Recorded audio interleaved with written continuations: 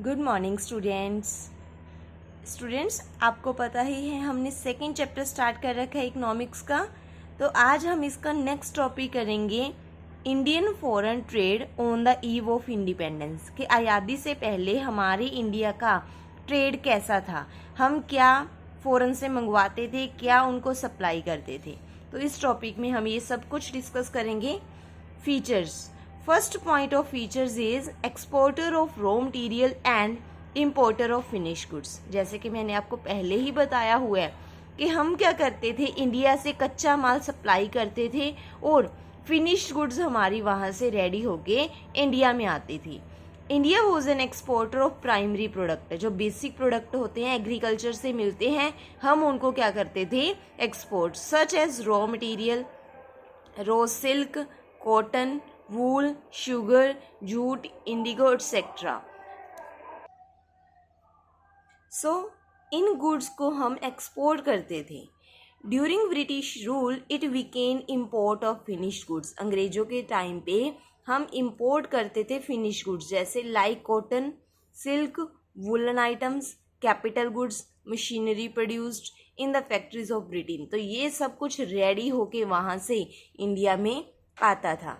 UK was a cheap supplier to India, contributing to over 31% of total import at the time of independence। आज़ादी के समय 31% जो import था वो हमें UK से आता था, चीप सप्लायर था, वहाँ से आता था। Although India was an agriculture country, हमारी इंडियन एग्रीकल्चर कंट्री है, it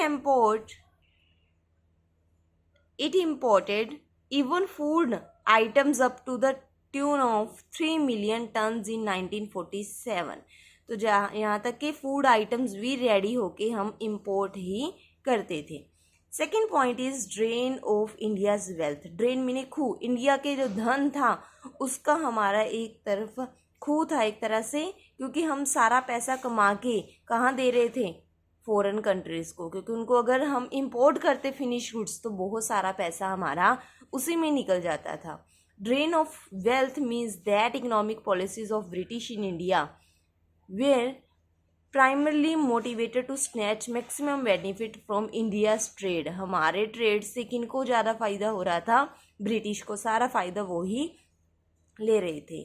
India's foreign trade generated large export surplus। हम क्या करते थे, जितना भी सरप्लस पड़ा होता था वो एक्सपोर्ट कर देते थे। This export surplus did not result in any flow of gold और सिल्वर इनटू इंडिया। इतना फ्लो करने के बाद भी, इतना सामान उनको रॉ मटेरियल प्रोवाइड करने के बाद भी हमें कोई भी गोल्ड सिल्वर इंडिया में नहीं मिला, क्योंकि उस टाइम राज किसका था, अंग्रेजों का। There was drain of India's wealth into Britain. It is evident from the following points. Surplus वो यूज टू पे इम्पोर्ट। जितना भी पैसा आता उसको हम इम्पोर्ट करने में लगा देते। मान लो कच्चा माल देते, कॉटन, वूल, सिल्क उनको दे देते थे, जितना भी उनसे पैसा आता हम वो इंपोर्ट करने में लगा देते थे, क्योंकि मशीनरी मंगवाते, इंपोर्ट करते गुड्स को, तो उसमें ज़्यादा पैसा हमारा निकल जाता था। तो सेकंड पॉइंट क्या हुआ, drain of India's wealth. Third point is monopoly control of the British. Single control किसका था, ब्रिटिशर्स का। अंग्रेज ही फुली कंट्रोल करते थे। जो भी हमारी इंडस्ट्रीज थी, जो भी एग्रीकल्चर थी, सभी पे सिंगल कंट्रोल किसका था, ब्रिटिशर्स का। Fourth point is surplus, what to benefit British only.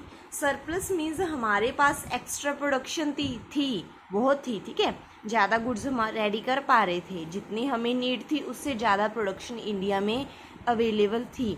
What to benefit British only, पर उसका फ़ायदा सिर्फ और सिर्फ किनको था, ब्रिटिशर्स को।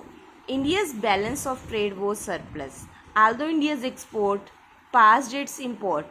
एक्सपोर्ट ज़्यादा थे, बट एक्सपोर्ट ज़्यादा होते हुए भी हम उनका फ़ायदा नहीं उठा रहे थे। Export it's import and exporter constitute mainly raw material. Export क्या करते थे, ज़्यादातर हम रॉ मटीरियल करते थे।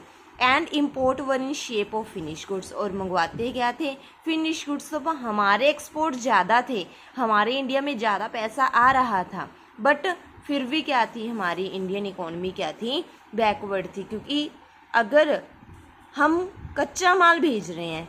ओके, हमारे इंडिया में इतनी कैपेसिटी नहीं है कि हम उनको फिनिश्ड में ही कन्वर्ट कर सके। तो ये हमारी बैकवर्ड की निशानी है, a sign of backwardness. Moreover वो British used this Indian money for wars they were fighting. जो भी लड़ाई झगड़े होते थे, युद्ध लगते थे उस टाइम, तो ब्रिटिशर्स वो सारा पैसा उसी में ही यूज़ करते थे। तो these are the points before the independence, कि आज़ादी से पहले हमारा फॉरेन ट्रेड कैसा था। Now 11th point is trend in the value of foreign sector, कि कैसा ट्रेंड चल रहा था आफ्टर इंडिपेंडेंस। पहले हमने किया बिफोर इंडिपेंडेंस, अब करेंगे हम आफ्टर इंडिपेंडेंस। आफ्टर इंडिपेंडेंस कैसा था foreign trade. First one is huge growth in the value of trade. Independence के बाद ग्रोथ रेट बहुत बढ़ी। तो स्टूडेंट्स, ये आपको इन्होंने पॉइंट्स दिए हुए हैं कि 1972 में 1950-51 में कितने करोड़ का था। तो 1950-51 में जो फॉरेन ट्रेड हम कर रहे थे व्यापार, 1972 करोड़ का। फिर 1961 का डाटा दिया हुआ है। तो इसी तरह इन्होंने 1991 का सभी ईयर्स का ईयर वाइज डाटा दिया हुआ है। फिर 2010-11 का दिया हुआ है। तो ये डाटा आपने 3 और 4 पॉइंट्स कोई भी डाटा के लर्न करने हैं, बट हेडिंग आपको क्लियर है कि आफ्टर इंडिपेंडेंस क्या हुआ, huge growth in the value of trade, कि हमारा ट्रेड दिन ब दिन बढ़ता ही गया। हाइयर ग्रोथ ऑफ इम्पोर्ट, हम फॉरेन कंट्री से इम्पोर्ट बहुत ज़्यादा करने लगे, तो इसका भी डाटा आपने रीड आउट करना है। इनएडिक्वेट ग्रोथ ऑफ एक्सपोर्ट, हम एक्सपोर्ट ज़्यादा नहीं कर पा रहे थे, क्योंकि आज़ादी के बाद हमारी जो मशीनरी थी वो सारी डेप्रिशिएट हो चुकी थी। तो इतनी प्रोडक्शन हम नहीं कर पाते थे कि हम फॉरेन कंट्रीज़ को भी इम्पोर्ट कर सके। Okay, next point is fourth point is reasons of slow export growth. क्यों स्लो ग्रोथ थी? हमारे पास इंडस्ट्रीज़ नहीं थी अच्छी, उनमें मशीनरी की कमी थी।